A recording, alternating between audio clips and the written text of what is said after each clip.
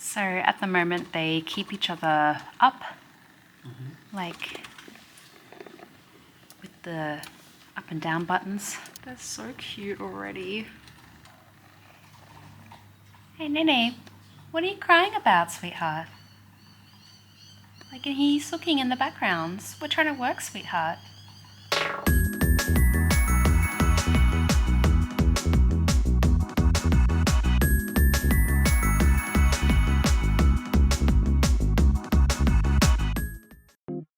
Hello!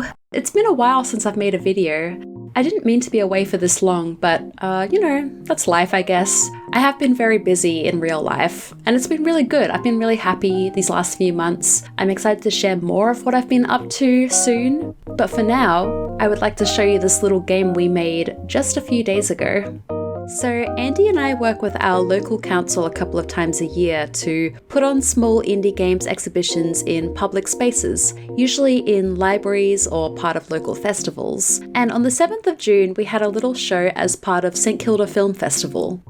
We usually set up a room with a couple of indie games for people to come in and try out and just hang out in. But this year we decided to do something a bit different. We wanted to challenge ourselves to make a brand new game for the event. Nothing big or fancy, but something to help make the event a bit more exciting and also to get us feeling a bit more mentally and creatively stimulated. And this is what we ended up with: Milky Honey.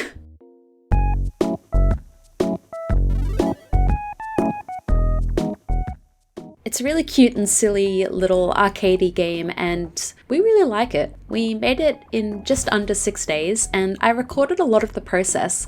So I wanted to share that today, along with doing this little voiceover to give some extra context and share my thoughts about it all. So yeah, I hope you enjoy this little video. So the game began as an idea from Andy. He wanted to make some kind of two-player game, and we decided on a simple arcadey game where you control two characters flying around, avoiding obstacles, getting a high score. Pretty simple, but where it gets interesting is that we wanted to shake up our game development process a bit. For Andy, he wanted to make a custom controller for the game, rather than us just plugging in some Xbox controllers and calling it a day. This is something we hadn't done before, and it was exciting because I think what we both wanted to get out of this project ultimately was the satisfaction of making something tangible. It's not a feeling we get to experience often when we are making digital work 24/7, but it's a very appealing idea right now, I think, with a lot of the tech fatigue that we are feeling and that a lot of people are feeling. So anyway, yeah, Andy was keen to make a controller, and as for me, I really wanted to make a game where 99% of the art would be made traditionally. To some people, maybe this seems kind of strange.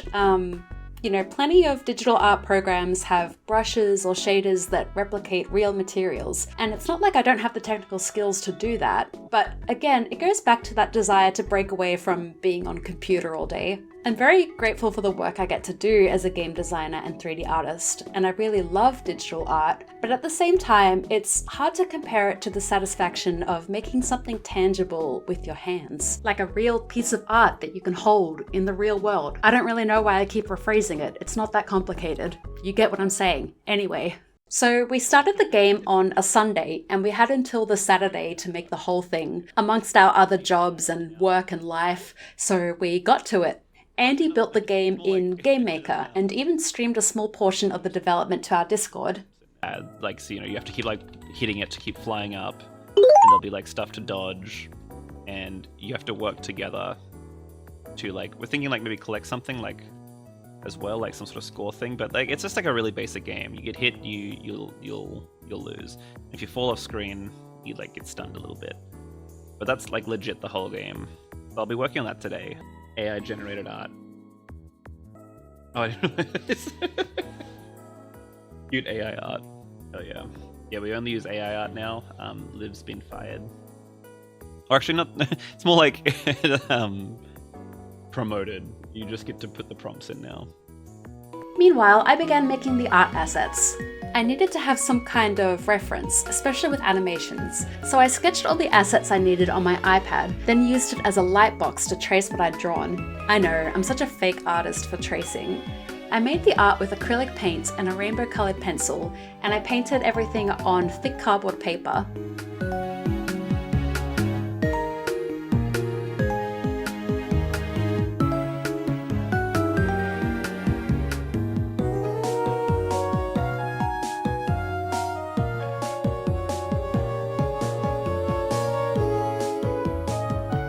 I've wanted to make hand-painted sprite sheets for so long, and it was so much fun, and I love seeing all the tiny imperfections and inconsistencies, especially on the characters' faces.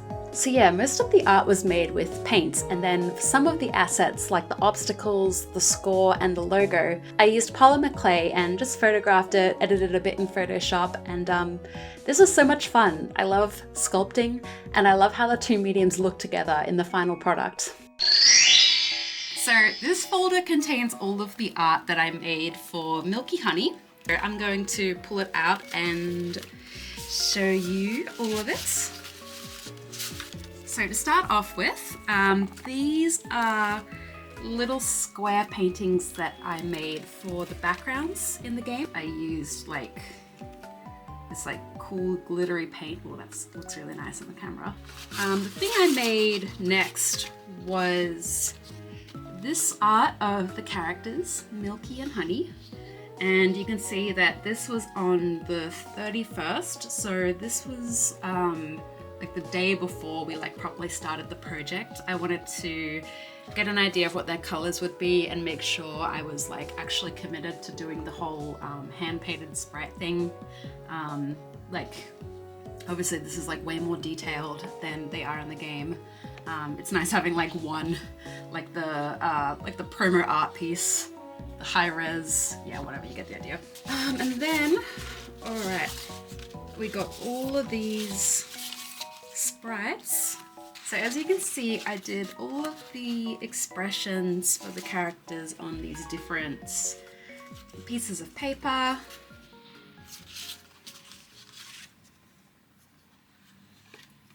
And I separated the body from the head so that they could, with the power of Andy's Game Maker skills, have their own little bounce and animation and move a bit more fluidly, would you say?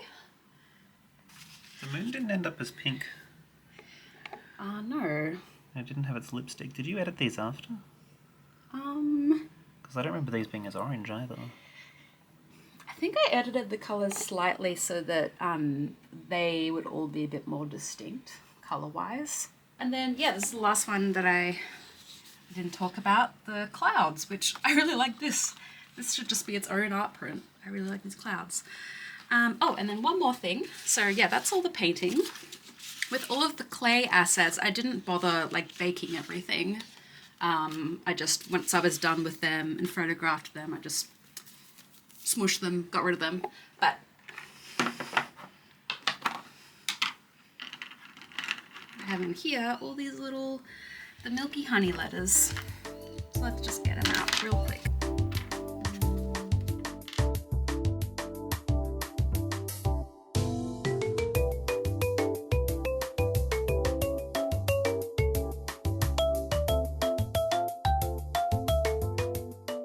We went through a couple of different ideas for the controls, and this is what we ended up with. Each player controls one of the bears and makes them fly.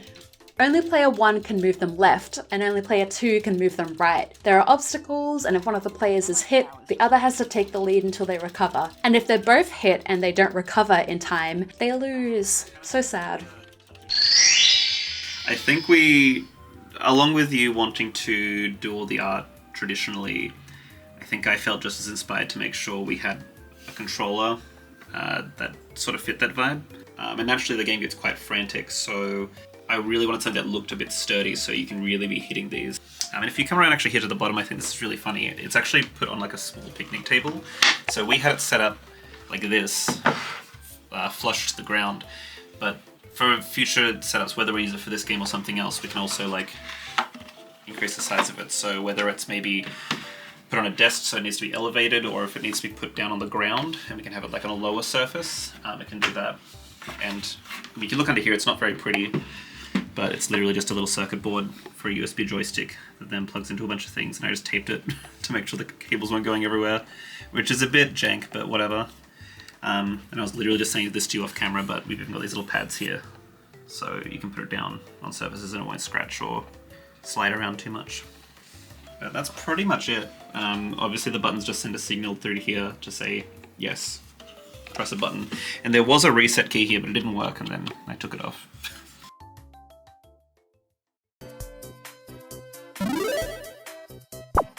Friday was the last day before the show, and while I was at work during the day, Andy added some of the last few details we needed. For a bit of extra polish, he added some sound effects.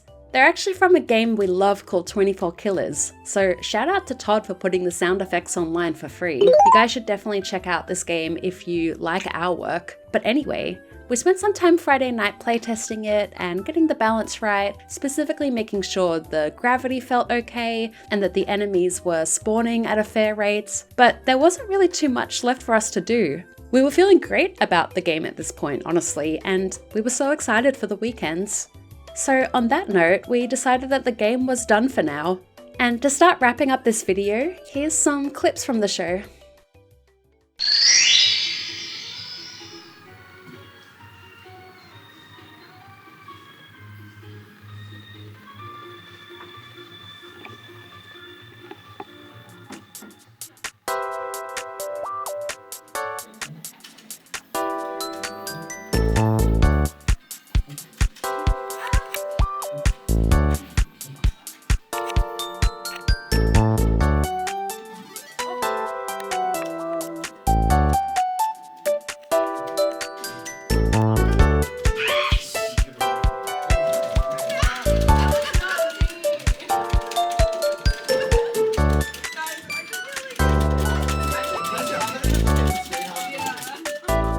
It was so nice seeing a game that we made so quickly being immediately played and enjoyed by others. I think Andy and I are both used to games with long development cycles and not seeing the results of your work until months after.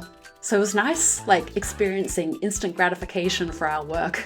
We designed something super simple, super arcadey and easy to understand, and very achievable for us to make in the time we had, even with our other commitments. And most importantly, we really had so much fun during the process of making the game.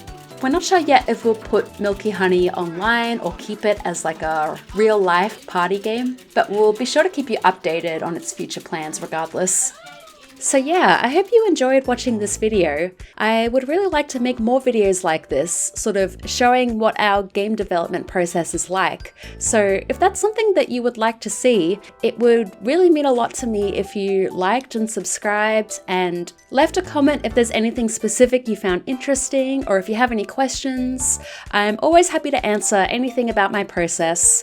Now that this game is done, I'm going to be getting back to my main project, Surf Club, which, if you don't know, you can wishlist on Steam and follow us on Instagram or Blue Sky or TikTok to see updates about it. Or if you'd prefer to not use social media, you can also subscribe to our Dinko mailing list, which will send updates straight to your email. But yes, anyway, I hope you have a great day and I'll talk to you again very soon. Bye!